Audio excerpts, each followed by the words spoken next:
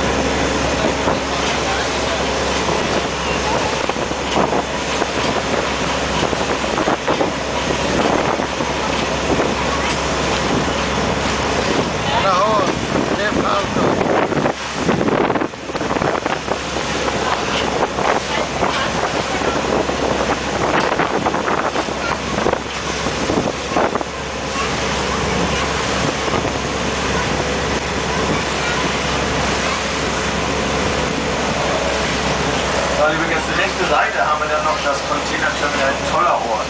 Hier ist natürlich nichts Toll, hier muss auch gearbeitet werden. Toll ist hier dänisch und steht für Zoll, denn das geht über nicht mehr Elbufer, was wir gezeigt haben, Altona. Gehörte bis 1864 noch zu Dänemark, also haben wir die zweitgrößte Stadt zu dem Zeitpunkt von Dänemark. Schon immer, wenn ein Schiff hier rein wollte, musste es erst einmal hier das Portemonnaie aufmachen und Zoll bezahlen.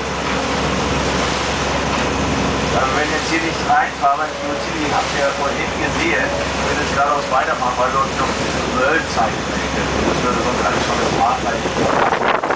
So, ich will alles